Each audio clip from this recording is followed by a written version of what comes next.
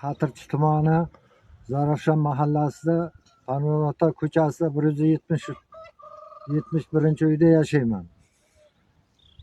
Ismi familiyam Mamanov Mo'min Qilichovich. 2004-yilda mana shu 2 gektar yer maydonini bog'dorchilik qilib olganman, fermer bo'lib. Shundan 2 marta optimallashtirish bo'ldi-da, 3-chisida fermerda nimasiga o'tuvdi.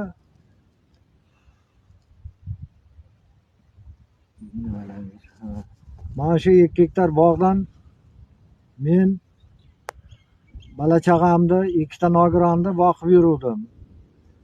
Hozir kunga kelib yer meniki, bor qayga borsang bor degan so'zlarni aytib, mana bog'ni mana shu ahvolga keltirdik, qirqib tashladi, yiqitib. Endi bu daraxtlar shu yil hosilga kirib, mana hosil berib yotuvdi. Hosili bo'lgan taqdirda ham ular kelib meni majburiy ijrodan keldi, hokimiyatdan kelib sen yerga ega emassan deganda fermer aytdi, men bizaman dedi.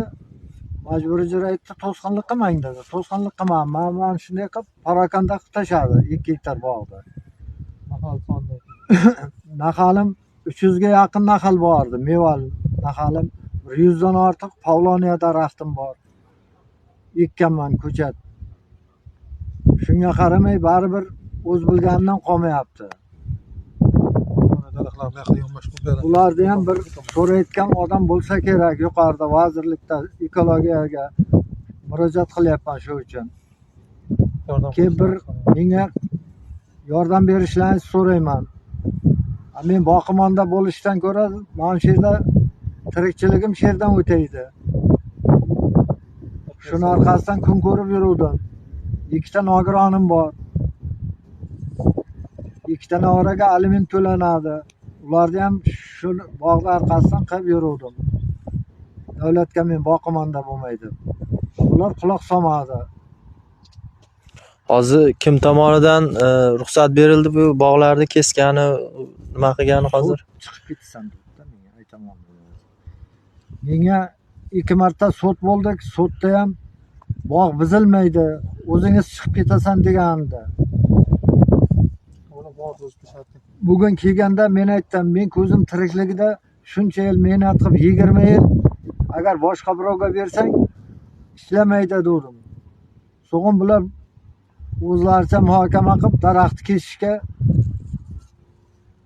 fikrlashib daraxtlarni kesib tashladi. Mana gullab-yotibdi. Ko'zi ko'r bo'ladi buni 40 ga odam.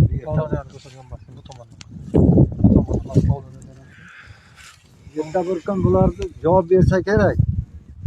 Menga shu bir ekologiya boshliqlari bir yordam qilishlarini so'rayman.